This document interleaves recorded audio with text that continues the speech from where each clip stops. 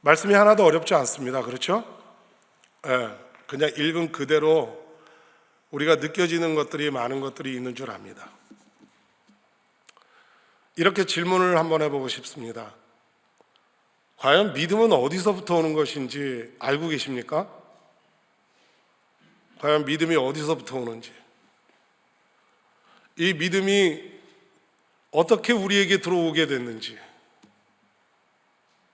결론적으로 얘기를 하면 하나님의 은혜 아니고서는 설명할 길이 없습니다. 왜냐하면 하나님을 만나는 사람들이 너무나 다양하기 때문에 그렇습니다. 어떤 분들은 예수님을 알기 이전에 예수님을 만나는 경험이 고난 가운데 예수님을 경험하는 사람들도 있습니다. 어떠한 사람은 친구 따라 교회 갔는데 교회에서 나오는 찬양을 듣고 눈물이 쏟아지면서 본인이 죄인임을 깨닫는 그런 사람들도 있습니다.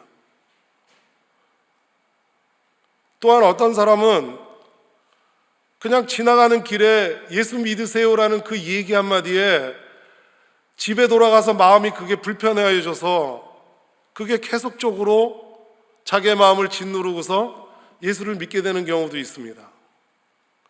대체적으로 많은 사람들은 고난 가운데 예수님을 많이 만난다고 합니다. 너무나 다양한 형태로 예수님을 경험하고 예수님을 처음 만나는 그 시간들이 있었을 것입니다. 여기에 계신 모든 여러분들도 저도 예수님을 처음 만난 그 시간이 어떻게 만나졌는가를 우리는 기억할 수 있을 것입니다. 그럼 믿음이 어디서부터 오느냐? 모르겠습니다. 하나님의 은혜가 아니고서는 이거를 이해할 수가 없습니다. 말씀 안에서 믿음은 들으면서부터 난다고 하는데 어떤 기준이 있어야 될 거 아니에요? 우리가 뭘 믿고자 할 때 어떠한 기준이 있어야 되는데 그 기준이 우리가 하나님을 믿게 되는 동기가 하나님에 대한 이야기를 들었던 것 같아요. 그 이야기를 듣고 말씀을 들으면서 하나님이 어떠하신 분인가를 알게 되므로 그분에게 나아갈 수 있는 마음을 주신 게 그게 하나님의 은혜가 아니고서는 설명할 길이 없어요. 왜냐하면 믿어지지 않는 사람은 그럼 하나님의 은혜가 없는 것입니까? 저는 그렇다고 생각하지 않습니다. 누구에게나 온 민족과 열방이 주께 돌아오기를 하나님께서는 간절히 원하시고 바라고 계시거든요. 그럼 누구에게는 임하시고 누구에게는 임하시지 않느냐? 어떤 면에서는 창세기에 일어난 모든 일들은 사실 이게 믿기 어려운 이야기입니다. 학교에서도 가르칠 때 진화론에 대해서 얘기하고 몇십억 광년에 어떠한 일들이 일어나고 뭐가 폭파되고 만들어졌다는 그런 이야기들을 하면서 사람들에게 그걸 믿는 사람들이 있어요. 진화론을 믿는 사람이 있어요. 근데 우리에게는 하나님이 말씀으로 이 세상을 창조하셨다는 것을 믿어요. 이게 너무나 기쁜 일이기도 하지만 하나님의 은혜가 아니고서는 설명할 길이 없다라고 이렇게 얘기할 수밖에 없습니다. 우리가 하나님의 음성을 듣고 하나님의 말씀대로 살아가기 이전에 우리가 믿음은 바라보는 것에 대한 실상이라고 얘기하는 게 있습니다. 우리는 하나님의 관계를 맺고 난 이후에 하나님께서 우리에게 맺은 그 언약 관계가 믿음을 통해서 성장해 나갑니다. 하나님이 이루고자 하는 그 언약 관계들이 이루어지는 걸 보게 되고 그 하나님께서 나에게 말씀하시는 어떤 형태를 통해서 내가 무엇을 추구하고 있는지 무엇을 가지고 가야 되는지 가치관들이 변하기 시작합니다. 이런 모든 것들을 통해서 우리의 믿음이 점점 내 마음의 깊은 곳으로 들어오게 됩니다. 복음서에 나타나 있는 많은 사람들이 예수님을 만나고 예수님을 경험했던 사람들, 그냥 한 사람 시간상으로 삭개오라는 사람도 예수님이 궁금했습니다. 뽕나무 위로 올라갔죠. 예수님이 그 삭개오를 보고 오늘 내가 너희 집에 유해야겠다고 내려오라고 얘기합니다. 삭개오에도 예수님께서 어떠한 일들을 행하신 이야기들을 다 들었습니다. 그래서 궁금했어요. 그분이 누구신지. 그러니까 키가 작아 보이지 않았기 때문에 뽕나무 위에 올라가서 그 예수님을 바라보게 된 거죠. 그리고 예수님께서 그를 초청하시고 그의 집에 가시겠다니까 그 예수님을 만난 그 안에서 이분의 삶이 예수님을 영접한 이후에 모든 것이 변해버렸어요. 본인이 가지고 있던 그 지난날의 악행들이 모두 되돌려 줄 정도로 모든 것을 다른 사람에게 빼앗았던 것을 돌려주고 자기의 재산을 전부 내놓는 그런 일들이 일어나는 역사가 일어나는 것입니다. 그 믿음이 하나님의 은혜가 아니고서는 될 수가 없는 거예요. 그러니까 하나님께서 이루신 그 모든 일들을 그리고 언약했던 그 이야기들이 성취되어져 가는 것들을 요즘 현 세대에서 우리는 이 말씀을 통해서 보고 느끼고 알았습니다. 아브라함이 오늘도 읽은 본문 말씀 안에서 이삭을 드리는 장면이 나옵니다. 번제로 하나님께 드리라는 이야기가 나와요. 창세기 22장 말씀인데 굉장히 중요한 얘기는 뭐냐면 하나님께서 아브라함을 시험했다는 거예요. 그의 믿음이 왜 진짜인지 아닌지를 시험하게 됐냐면 하나님께서 아브라함을 찾아가 마실을 그의 집에 가서 바깥에 나가서 같이 거닐다가 하늘의 별을 보면서 너의 자손이 이 하늘의 별과 같이 많아질 거라는 이야기를 할 때 아브라함이 믿었대요. 아브라함은 하나님이 누구신지를 알고 있었어요. 지금은 별이 잘 안 보이겠지만 그 시대 때에 하늘에 얼마나 별이 많았겠습니까? 공기가 깨끗했으니까. 그 수많은 별들을 보면서 너희 자손이 이렇게 많아지리라는 것을 아브라함이 믿었다는 거예요. 그러니까 하나님께서는 결정적으로 아브라함을 창세기 22장에 그를 다시 부름으로 인해서 이삭을 번제로 드리라는 이야기를 합니다. 그 번제로 드린다는 게 굉장히 이게 그 각을 떠야 되거든요. 그래서 불로 태워서 그것을 연기를 통해 하나님께 올려지는 것인데 저는 하나님의 말씀을 한 번도 들어본 적이 없습니다. 그 얘기가 무슨 얘기냐면 성경을 외에는 하나님께서 제 귀에다 대고 승진아 오늘은 이거 아닌데 이렇게 했으면 좋겠어 이렇게 하는 얘기를 한 번도 들어본 적이 없어요. 진짜 음성, 진짜. 근데 교회 안에 이렇게 들어보면 가끔 그런 말씀을 듣는 분들이 있어요. 네, 하나님의 말씀, 이게 하나님의 음성이 들렸는데요. 그 목소리가 어떠냐? 내가 이렇게 물어봤어요. 너무 궁금하니까. 하여튼 신비롭게 설명할 수 없는 그런 이야기래요. 근데 저는 한 번도 들어보지를 못했어요. 다행이라고 생각이 들어요. 만약에 하나님께서 저에게 아브라함처럼 이런 얘기를 한다면 진짜 심각해질 것 같아요. 예. 그래도 하나님을 믿는 믿음이 아브라함 같이는 못하더라도 그래도 흉내라도 내야 될 것 같은 어떤 그런 마음이 드는 거예요. 다행히 하나님께서는 저에게 그런 음성을 주시지 않아서 하나님 앞에 영광을 돌립니다. 그 믿음이 아브라함이 가졌던 믿음, 이런 믿음들을 보면 정말 엄청난 믿음이죠. 근데 성경에서는 이 믿음을 가진 사람이 야고보서를 통해서 얘기하고 있는 게 뭐냐면 행함에 대한 이야기를 하고 있어요. 그러면 사도 바울의 이야기와 야고보서의 얘기가 너무 충돌되는 거 아니냐? 절대 그렇지 않습니다. 로마서의 이야기가 로마서의 12장에 보면 사도 바울이 복음에 대해서 열심히 이야기하고 난 다음에 그 다음에 니네들이 이 복음을 들었는데 그 다음에 어떻게 살 것이냐? 너의 몸을 거룩한 산제사로 드려라. 이러면서 우리의 삶에 대한 예배에 대한 순종에 관한 이야기들을 계속하게 됩니다. 복음에 대한 얘기를 계속했어요. 그러다가 어떻게 살 건데? 복음을 들은 사람들이 어떻게 살아갈 것인데? 너희 몸을 거룩한 산제사로 드리라는 거예요. 레위기의 말씀에 뭐 이거 해라 저거 해라, 하나님께서 우리에게 제사법이나 모든 것들에 대해서 뭐 문둥병자는 어떻게 되면 뭐 누구에게 보이고 뭐라고, 이러한 모든 것들을 다 이야기하시면서 내가 거룩하니 너희도 거룩하라 하고 나서 그 다음에 부모를 공경하라 이렇게 얘기하시는 거예요. 레위기에서 한참 설명을 하고 난 이후에 내 부모를 공경하라. 히브리서도 마찬가지입니다. 히브리서도 믿음에 대한 이야기들을 하고 여러 가지들을 이야기들을 해요. 12장 지나고 13장에 가서는 다른 이야기를 합니다. 너희들이 이 믿음의 조상들처럼 어떻게 살 것인데 이것을 얘기하고 있어요. 많은 사람들이 동전의 양면 같다 이런 얘기를 하시더라고요. 순종과 믿음은 동면의 양면 같다고 얘기를 하는데, 저는 믿음을 순종이라 쓸 수 있고 순종을 믿음이라 쓸 수 있다고 보는 거예요. 저는 그게 같은 말이라고 생각이 들어요. 이렇게 질문 하나 하고 싶습니다. 여기 계신 모든 분들 정말 하나님 사랑하시죠?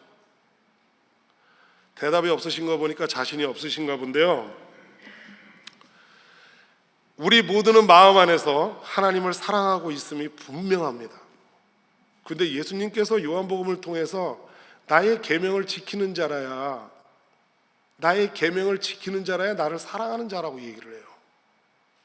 아니요, 하나님, 나 진짜 하나님 사랑해요. 하나님 사랑한다니까요.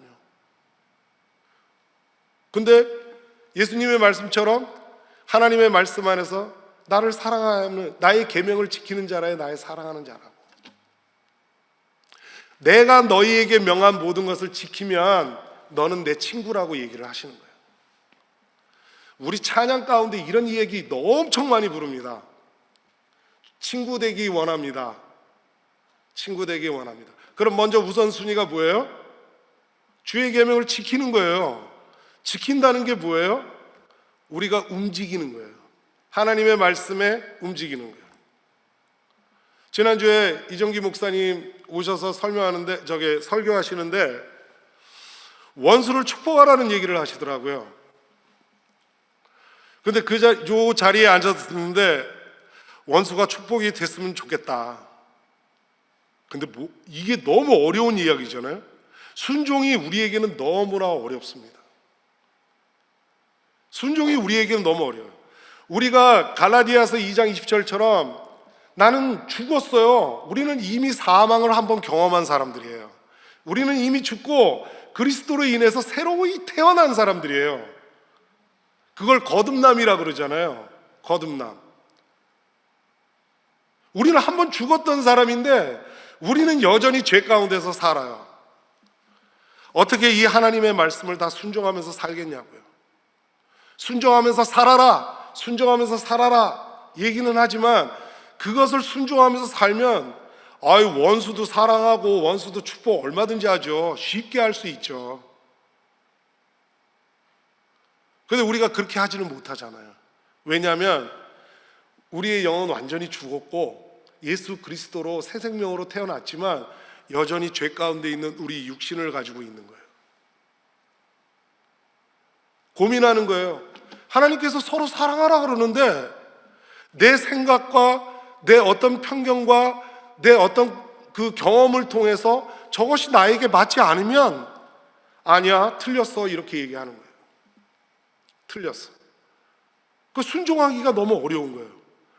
그러면 믿음이 있는 사람들은 야고보에서 지금 이야기하는 것처럼 행함이 없는 믿음은 그 자체가 죽은 것이라고 얘기하는데, 행함이 죽었으면 믿음도 죽은 거 아니에요? 그럼 큰일 나는 거 아니에요? 그러니까 우리에게 주어진, 우리가 생각하는 이 하나님의 말씀을 우리가 어떻게 해서든지 순종의 삶을 살아가야 돼요.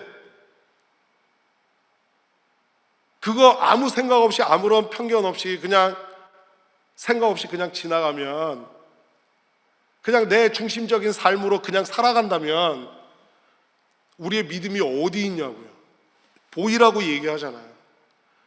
너에게는 믿음이 있고 나에게는 행위가 있는데 행위로 너의 믿음을 나에게 보이고 나는 내 행위를 통해서 너에게 믿음을 보이겠다고 얘기하잖아요.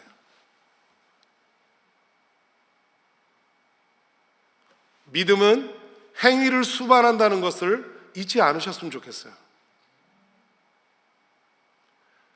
예수님께서 십자가에서 순종하심으로 우리에게 본을 보이신 거예요. 아버지께 본을 보이신 거예요. 예수 그리스도께서 십자가의 순종, 그 순종이 쉬웠겠냐고요. 예수님도 겟세마네 동산에서 눈물을 흘리시며 기도하실 때에 땀이 핏방울같이 떨어지는 그 자리에서 이 잔을 내게서 돌려주시라고 할 수만 있으시다고. 나의 원대로 마옵시고 아버지의 뜻대로 하옵소서 이러면서 순종의 길을 가신 거예요. 지금 현 세대에 많은 사람들이 얘기하는 것들이 뭐냐면 교회가 교회답지 못하다는 얘기를 많이 합니다. 그리고 세상이 걱정하는 교회가 됐다고 여기 강단에 서서도 많은 목사님들이 그 이야기들을 많이 하는 것을 들었습니다. 하나님께서 믿는 사람들에게 주어진 게 세상에서 주어지는 도덕적인 가치만을 지키는 것이 아니라 그 이상의 것을 하나님께서는 원하고 계세요. 그리고 세상 사람들도 기독교인이 어떻게 살아야 되는지 다 알고 있어요. 교회 다니는 사람이 왜 그래? 하나님 믿는다는 사람들이 그거밖에 못해?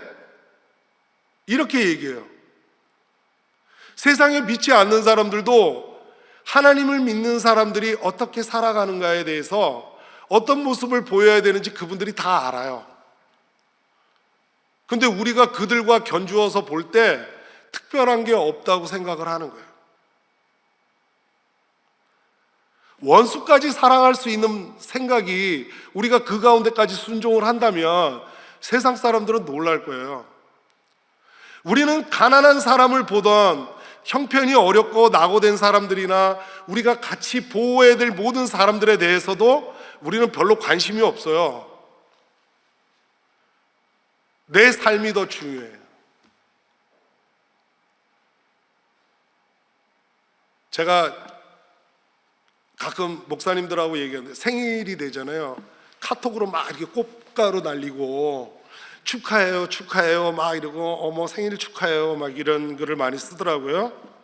저는 그것이 무슨 의미가 있을까 이런 생각이 들어요.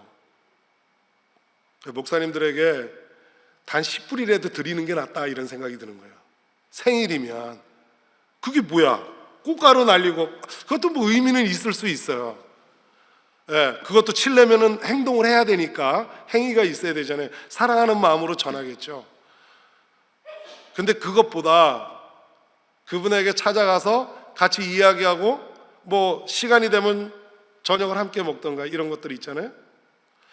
우리가 또 한 가지 또 생각하는 게 뭐냐면 기도할 때 많이 들어요. 하나님 병자들을 찾아가 주시고 그들에게 치료의 광선을 넣어 주시고 하나님 그들을 치료해 주세요.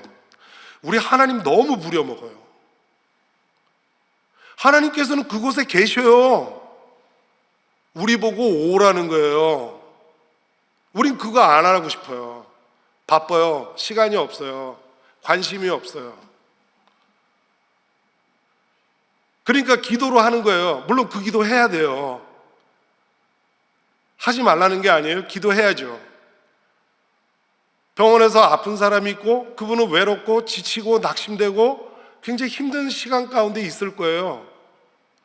그러면 우리가 가까이 지내는 사람들이 거기 찾아가서 그들을 위로하고 만나주고 그들에게 용기를 주고 그리스도의 마음으로 함께 사랑하는 마음을 서로 나눠야 되는 것이 더 맞는 거 아니에요? 우리는 그런 행동을 하지 않아요. 그게 순종이 없는 믿음이에요. 말로는 얼마든지 할 수 있어요. 그러니까 우리가 이러한 삶을 하나님 앞에 드려야 돼요. 우리가 이게 거룩한 삶이에요. 말로 해서는 뭔들 못하겠어요. 다 할 수 있어요. 불순종은 순종은 하나님이 기뻐하시는 일이지만 불순종은 결과적으로 뭐냐면 죄예요, 죄. 불순종이라는 건 죄인데 이 죄를 우리가 너무나 당연하다는 듯이 그냥 편하게 갖고 있어요. 나 그렇게 크게 잘못한 것 같지 않아요. 하나님께서 우리에게 이 말씀들을 모두 다 이렇게 주셨는데 이 말씀이 우리가 하나님을 기쁘기 위해서 순종하는 것도 있겠지만 사실은 하나님께서는 우리를 위해서 이 말씀을 주신 거예요. 도둑질하지 말라.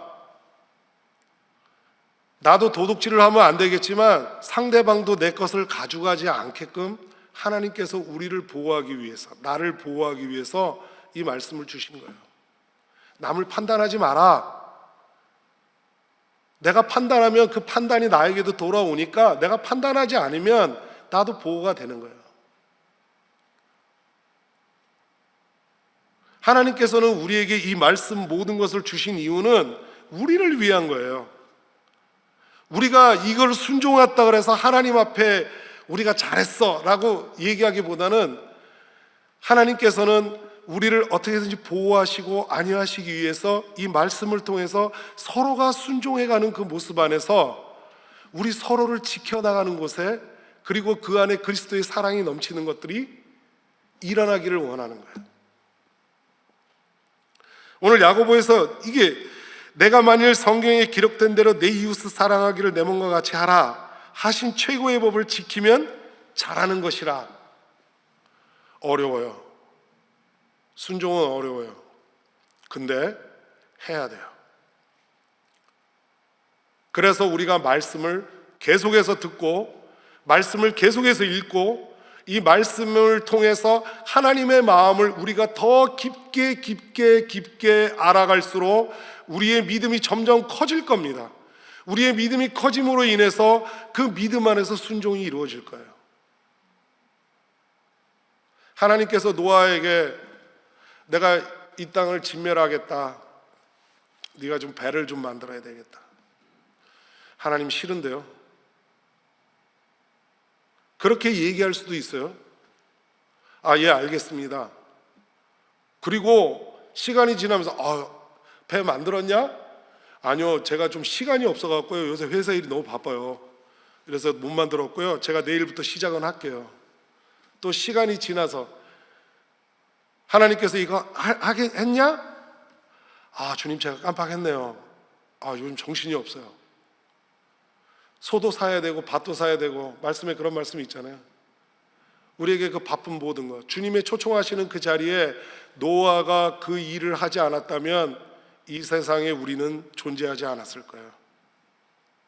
노아가 말씀을 듣고 하나님을 알았어요.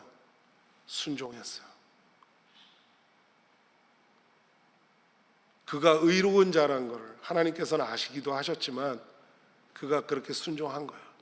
하나님 말씀하시면 우리는 두 가지 중에 한 가지를 결단해야 돼요. 할 거냐 말 거냐. 하나님께서는 우리에게 말씀하시는 이 명령에 따라서 순종할 거냐 불순종에 대해서 하나님은 책임을 물으십니다. 우리가 장차 오실 예수님을 기억하면 그때에 우리가 주님 앞에 섰을 때에 우리의 모습 속에서 예수님께서 뭐라고 얘기하실 건가?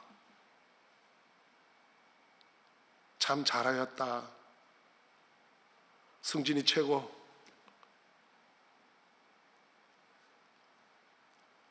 우리가 믿음으로 하나님의 살아계심과 상 주시는 하나님을 믿는 것이 그게 하나님 앞에 기쁨이 되는 거예요. 우리의 마음을 온전히 들여서 하나님 앞에 나가야 됩니다. 우리에게 책임을 꼭 물으실 겁니다. 하나님께서는 순종이냐 불순종이냐 이 모습을 통해서 우리가 행동하는 모습이 하나님께서는 이 책임을 물으실 거예요. 우리가 순종하기 어렵다는 것은 내 안에도 아직도 죄성이 남아있고 이 육신이 살아있지만 사도 바울의 고백 같은 신앙 고백이 우리에게 필요하다는 얘기예요. 내 마음의 두 법이 또 다른 한 법이 나의 마음을 건드릴 때에 오라 나는 공고한 자다. 누가 이 사망의 몸에서 나를 건져낼 것이냐. 우리에게 이런 고백이 있어야 돼요. 사도 바울의 고백처럼 나에게 어떠한 다른 법이 내 마음을 괴롭힐 때에 말씀에 순종하게 해서 그 애통하는 마음이 주님 앞에 드려져야 돼요. 가난한 과부의 두 렙돈이 드려졌던 그 여인의 마음이 있어요. 물질이 많고 적음이 아니었어요. 전부를 드린 거지만 예수님께서는 그 두 렙돈을 드리는 가난한 여인의 그 마음을 보신 거예요. 하나님은 우리를 외모로 보시지 아니하시고 중심을 보신다 그랬잖아요. 베드로가 예수님을 배반하고 그가 갈릴리로 다시 돌아가 어부가 되었어요. 예수님이 부활하신 후에 베드로를 찾아와서 물으십니다. 내가 너를 사랑하느냐? 주께서 내가 사랑하시는 줄을 주님은 아십니다. 내가 주를 사랑하는 줄을 주께서 아신다고. 이 말이 진심이었어요. 자기가 배반하고 여기 와서 다시 어부 생활을 하지만 주님께서 물으시는 그 말씀에 대답하는 베드로의 마음에 그거는 진심이었어요. 예수 그리스도께서 그 중심을 보는 거예요. 우리에게 최소한 이런 진실한 마음, 이 중심된 마음들이 하나님의 보시는 그 중심의 마음이 사도 바울과 같은 나의 어떠한 법이 들어와 나를 괴롭히는 그런 마음이 있다면 외쳐야 돼요. 로마서의 말씀처럼 죄가 오면 피 흘리기까지 싸우라고 얘기를 하더라고요. 그만큼 죄는 무섭고 죄와 싸워서 이기기가 쉽지 않다는 이야기예요. 그런데 성령 하나님께서 우리에게 말씀으로 가르치시고 예수님께서 무슨 일을 나타내셨는지 우리에게 보여주시고 우리를 인도하시고 이끌어내십니다. 죄 가운데 있지 않게 하기 위해서 우리는 그 음성을 들어야 돼요. 그 음성이 하나님의 말씀입니다. 하나님의 말씀 안에서 우리가 이제는 믿음이 있다 하면 행동으로 옮겨가야 돼요. 그게 쉽지는 않겠지만 잘 안 되지만 우리가 날마다 한 걸음씩 뛰어져 나가는 거예요. 그것을 우리가 성화라고 얘기를 합니다. 한 번에 변하지 않아요. 어떤 분들은 평생 가도 사람이 변하지 않는다 그러더라고요. 진짜 그럴까요? 예수님을 만난 사람들은 다 변했어요. 예수님을 만난 사람들은 옛것에서 다 벗어나서 새로운 사람들이 되어서 새로운 모습으로, 특히 예수님의 제자들은 모두 순교했어요. 예수님을 만난 모든 사람들은 그렇게 살았어요. 우리에게도 그렇게 살 수 있어요. 성령께서 우리를 도와주실 겁니다. 하나님께서 우리와 함께하고 계실 겁니다. 우리 고백하잖아요. 영원히 우리와 함께 하시는 하나님이시라고. 우리 좋아하는 찬양이 있잖아요. 내 영혼이 은총 입어 그 어디나 하늘나라. 주 예수와 동행하니 그 어디나 하늘나라. 우리가 이곳에서도 예수님 없으면 지옥이에요. 죽어서도 예수님이 안 계시면 지옥이에요. 근데 이곳에서도 예수님과 동행하고 예수님의 말씀에 따라서 살아가면 이곳이 천국인 거예요. 우리 그거 경험하고 싶지 않으세요? 경험하고 싶어요. 그러한 삶이 우리 가운데 있을 때 하나님의 능력이 나타난다는 것을 아셔야 돼요. 이제는 그리스도의 향기와 그리스도의 편지로 세상에 예수님의 향기를 날리는 우리가 되어져야 돼요. 그거는 순종밖에 없어요. 우리를 바꾸는 것도 순종밖에 없어요. 순종이 없이는 아무것도 안 돼요. 순종이 없이는 믿음도 없는 거예요. 결과적으로 순종이 없이는 우리는 절대 거룩하게 될 수가 없어요. 레위기의 여호와의 하나님의 말씀에 내 말을 지켜 행하라는 말이 수도 없이 있어요. 그 말을 지켜 행하지 아니하면 우리는 거룩하게 될 수가 없어요. 우리 이렇게 해요. 내가 원수를 용서하지 못하는 마음이 우리 가운데 있는 줄 알아요. 쉽지 않음도 알아요. 그렇지만 우리는 이것을 주님께 맡겨놓고 기도해야 돼요. 하나님, 나의 마음에 이런 악한 마음들이 있는데 하나님, 내가 주의 용서하심으로 내가 용서하고 싶습니다라고 우리가 고백하면서 하나님 앞에 기도해야 돼요. 성령님께서 우리를 도와주실 거예요. 우리는 그 도우심을 바라야 돼요. 눈을 열어서 하나님의 일하심을 봐야 돼요. 우리가 순종이 없이는 그 일을 할 수가 없어요. 하나님 사랑하십니까? 우리의 중심을 보시는 그 하나님 앞에 내가 이제 순종의 삶을 살기로 결단하셔야만 합니다. 예수님의 친구가 되고 싶으세요? 진정한 친구가 되기 위해서 예수님이 말씀하시는 그 계명을 지키셔야 돼요. 제가 얘기하는 것은 행함에 대한 구원에 대한 얘기를 하는 것이 아니에요. 믿음을 가진 사람들이 우리가 어떻게 살아갈 것인가에 대한 이야기를 하는 거예요. 기도도 바꿨으면 좋겠어요. 하나님, 우리에게 이렇게 모든 것을 이루어 주세요. 아니, 네가 할 일이 있어. 근데 그거는 외면하고 싶은 거예요. 그렇게 되면 하나님께 우리가 한 걸음도 나아갈 수가 없어요. 우리가 기도할 때 병자를 위해서 기도하잖아요.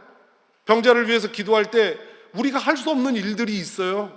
아까도 얘기했다시피 우리가 그들을 고쳐낼 수도 없어요. 우리가 뭘 할 수 있는 게 없어요. 안 되는 것들이 있어요. 그렇지만 우리가 그를 찾아가서 함께 이야기를 나누고 그들을 보듬어주고 하나님의 사랑으로 위로할 수 있어요. 그거는 우리가 할 수 있는 거예요. 하나님께서는 그걸 하라는 거예요. 우리가 이제는 하나님 앞에 순종의 삶을 통해서 하나님 앞에 더 믿음으로 나아가고 더 눈을 열어서 하나님을 더 깊게 알아가고 하나님의 그 사랑이 우리 가운데 있기를 원합니다. 저는 이렇게 생각해요. 삶 속에서 굉장히 어려운 일을 만날 때 저는 한국의 전쟁을 겪었던 세대들이 있어요. 여기서도 겪었던 세대들이 계셨는지 모르겠는데 저는 그 세대를 생각합니다. 그 얼마나 힘들었을까요? 지금 우크라이나에 전쟁이 있지만 전쟁을 경험해보지 않은 사람들은 우크라이나에서 어떤 일이 일어나고 있는지 그 참혹한 거를 내 중심적으로 실체를 알지 못해요. 근데 전쟁을 6.25 동안 동안에 전쟁을 겪었고 이산가족이 되고 그 오랜 세월 동안 살아갔던 그분들이 세월을 살아오면서 느끼는 것들이 있어요. 젊은 사람들 요새 라떼라는 얘기, 꼰대 같다는 얘기 절대 하시면 안 돼요. 그분들이 그 삶을 통해서 우리를 키워내고 우리를 믿음을 준 거예요. 우리 때는 이랬어요. 우리는 순종 안 하면 맞았어요. 요즘은 때리면 안 되잖아요. 때리는 건 나쁜 건 줄 알아요. 우리는 학교 가서 선생님 말씀 순종 안 하면 매로 맞았어요. 매로 순종을 배웠어요. 그거는 안 되죠. 우리가 그리스도의 사랑으로 그 일을 해야죠. 어르신들을 존경하세요. 그분들 그 어려운 삶 속에서 허리띠 졸라매면서 우리들에게 그분들이 먹을 거 안 먹고 정말 우리들을 한 가지라도 가르치기 위해서 그 모든 것들을 헌신해서 우리에게 드려줬던 분들이에요. 함부로 꼰대라고 얘기하지 마세요. 그들의 지혜를 배우시라고요. 그들의 삶을 배우시기를 바랍니다. 그거 그렇게 얘기하시면 안 돼요. 우리가 죄 가운데 있을 때, 우리가 죄 가운데서 너무나 힘들고 어려운 상황 가운데 있을 때 십자가에서 우리의 죄를 대신해서 죽으신 그 예수님을 기억하시기를 원합니다. 그거 외에는 우리가 해결할 게 없어요. 우리가 이 땅에 사는 삶이 짧은 세월이지만 우리에게 영원한 소망이 있는 그 삶을 우리가 기억해야 돼요. 우리가 이거를 기억을 못하니까 이 부분에 대해서 우리가 치고받고 싸우고 다투고 서로 미워하고 시기하고 나누고 욕망이 넘쳐나는 그런 시대에 사는 거예요. 우리가 조금씩 날마다 새로워져서 우리가 성화의 길을 가면서 예수님을 닮아가는 우리 모두가 되어지기를, 특히 제가 그렇게 되어지기를 소원해 봅니다. 우리 하나님 앞에 이제는 움직이겠습니다. 행동하겠습니다. 하나님만 시키지 않겠습니다. 제가 할 수 있는 일, 주님이 말씀하고 가라는 곳에 내가 가겠습니다. 이런 결단이 오늘 이 시간에 있기를 간절히 소원합니다. 함께 기도하시겠습니다. 사랑의 아버지 하나님, 우리에게 믿음을 주시고 그 믿음 안에서 예수 그리스도를 닮아가는 삶을 우리에게 살게 하시는 그 놀라우신 하나님의 은혜를 찬양합니다. 하나님, 이제 우리가 믿음 안에서 온전하여졌는데 예수 그리스도께서 주시는 그 은혜에 따라서 이제는 주님이 말씀하시면 가고 서라 하면 서는 그런 우리가 되기를 소원합니다. 아버지 하나님, 성령께서 이 땅에 오셔서 우리를 도우시고 인도하시는 그 성령 하나님의 마음을 우리가 알게 하시고, 예수 그리스도께서 지금도 하나님 앞에서 우리를 중보하고 계시는 그 예수 그리스도를 바라보게 하시고, 우리의 삶 가운데 죄가 있을 때에 그 죄와 피 흘리도록 처절하게 싸워서 승리할 수 있도록 이끌어 주시고, 이미 사망 권세 깨뜨리고 승리하신 그 주님을 바라보면서 우리는 승리할 수 있음을 선포하게 하여 주시옵소서. 하나님께서 우리에게 나타내시고 보이신 그 능력이 오직 그리스도 안에서 다 이루어짐을 우리가 선포합니다. 하나님의 그 사랑이 우리의 마음을 온전히 덮는 그런 귀한 은혜의 자리가 되기를 소원합니다. 하나님, 이 시간도 우리가 순종하기로 결단하고 결심하는 이 자리에 성령 하나님께서 우리의 마음을 붙들어 주시옵소서. 함께 하시는 하나님께 감사와 영광을 돌리고 이 모든 말씀을 예수님의 이름으로 기도드립니다. 아멘.